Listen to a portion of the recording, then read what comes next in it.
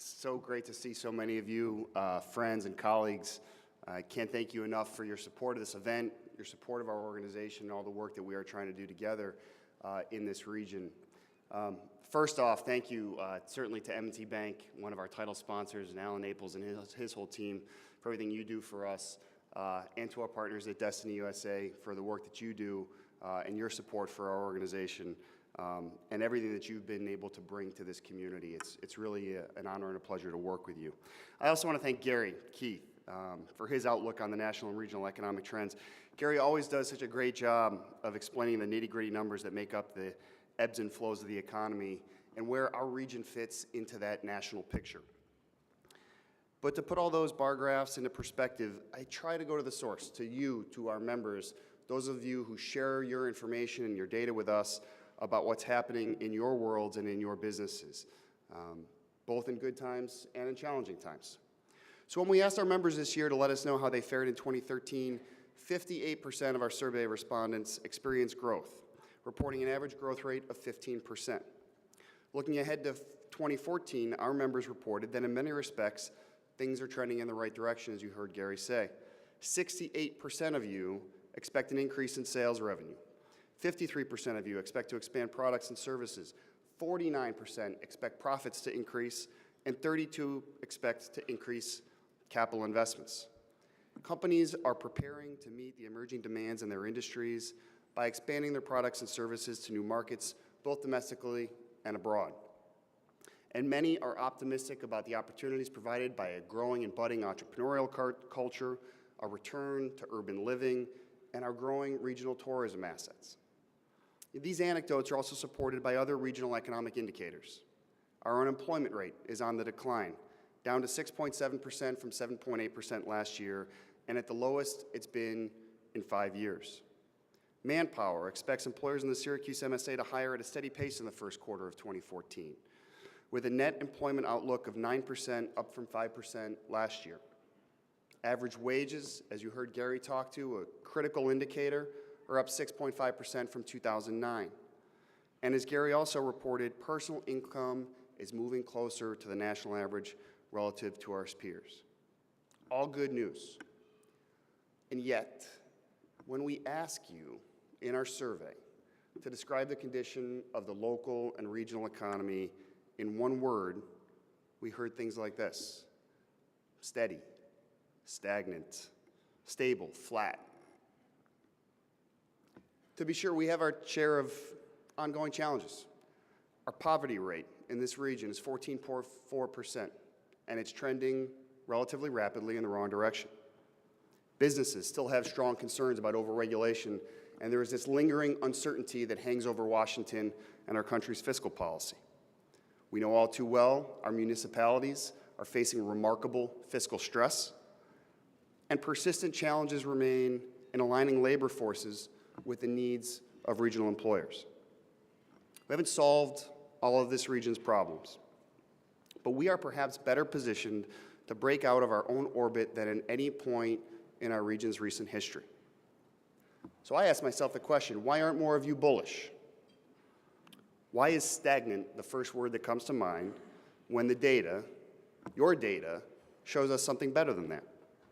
Why are so many of us still afraid to believe that we are perhaps living, breathing participants in a story of regional revitalization that has a happy ending? I had an interesting experience this week, sitting down with our new chancellor, Ken Syverud at Syracuse University, a dynamic gentleman.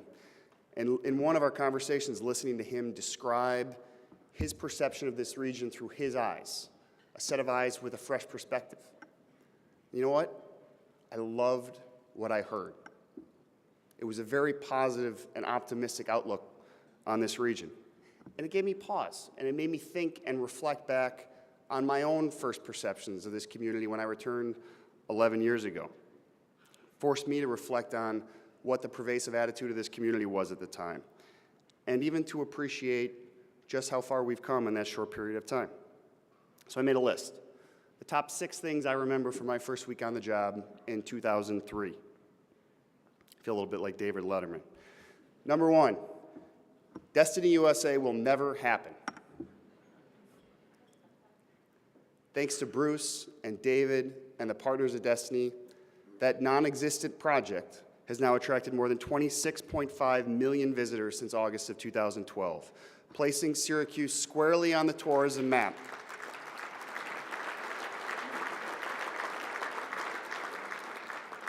And in its first full year as Destiny USC, they've created more than 1,500 jobs for this community. Number two, Albany is dysfunctional and taxes are too high. We now have a series of on-time budgets, thanks to our legislators, Bill Magnarelli, Al Sturpey, Sam Roberts, and so many others, working hand in hand with the governor. The legislature and the governor now have a series of tax proposals on which there is great common ground: property tax reductions for homeowners, tax reductions for manufacturers, a differentiation between the tax rates in upstate and downstate to reflect the changing economy, estate tax relief for small businesses. These are very positive signs. Startup New York zones where for the first time, new and expanding companies in New York State can operate tax-free. There is real and meaningful change afoot in Albany, and that is creating significant local dividends.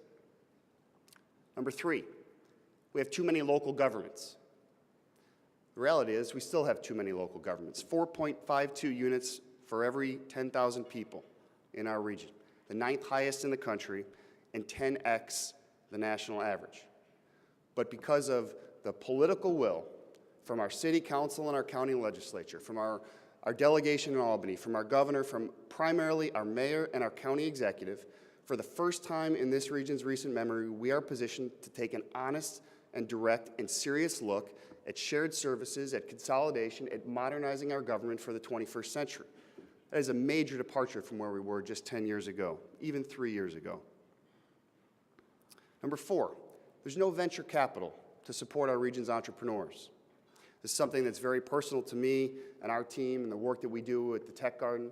And I'm proud to tell you today that we are in the process of building a $35 to $40 million venture fund that will be based here in Syracuse, that will look at deals here in this region, that will be able to invest in our homegrown businesses and keep those businesses here and growing and creating jobs in Central New York.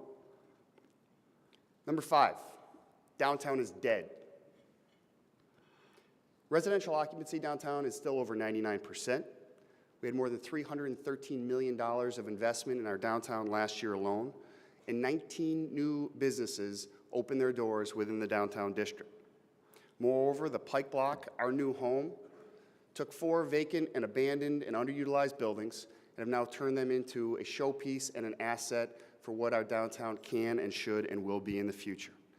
And we have neighborhoods like the Near West Side and the North Side that after decades of disinvestment are now rising again thanks to the support of public and private partners. Number 6, and finally, Central New York is not relevant globally. You know, for a region that once sat astride the Erie Canal and the dominant commercial and industrial position it once held, reinventing our region's connectivity to that global economy is a work in progress. Yet since 2009, the 12-county region has seen a 24% increase in exports, from $7 billion to $8.7 billion in 2012.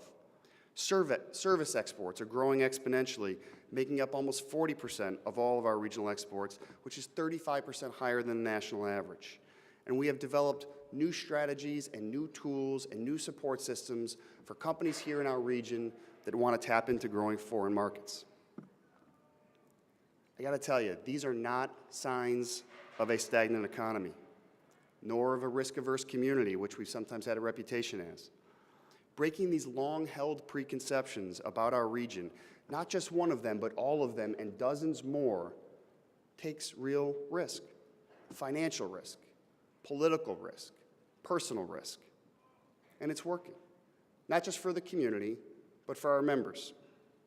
The Fulton Companies, a global manufacturer of steam, hydronic, and thermal fluid heat transfer products, has seen significant growth in the past few years, including an expansion of its manufacturing facility and research and design center that represents the largest capital investment in Pulaski, New York, in more than 20 years.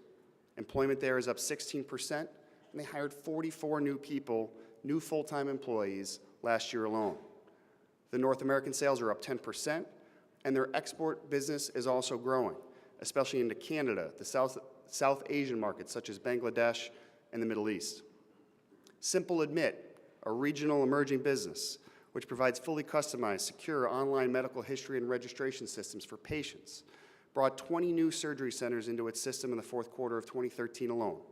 They added 9 full-time high-tech jobs, project management and sales jobs, just in the last 4 months. This year, they expect to continue that aggressive growth by adding 90 hospitals and surgery centers to their customer base from around the country, doubling the size of their office space and adding 16 new hires in everything from IT to account management.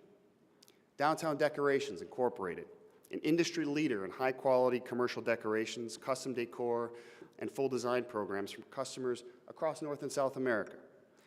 16% growth last year, and now in 2014, they're going to double the size of their facility right here in Central New York.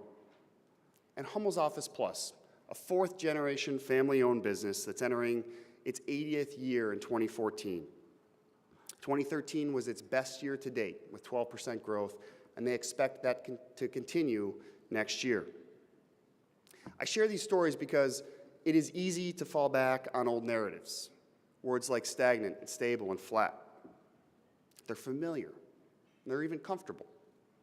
But as we listen to Gary paint a picture of the national and regional economy that has become somewhat familiar to us over the last few years, of slow and steady, maybe even measured growth, we should not mistake that message for one of stagnancy. There's nothing stagnant about this regional economy. There's nothing flat about our trajectory. And there is nothing stable about the disruptive force that each and every single one of you in this room can bring to bear on making that picture just even a little better. If you start a business, you make it better. If you hire even one more person, you make it better. If you provide support to our elected officials who are taking on the politically perilous effort of modernizing and streamlining our local government, you make it better. So as you begin a new year, I want all of you to realize that you, each and every one of you, our members, our community partners, are in the driver's seat. You're steering this economy. You're painting this picture as we go. CenterState CEO is here to support you in every single way we can. Gary's data tells us that 2013 was a pretty good year. My heart tells me 2014 is going to be even better. Thank you all very much.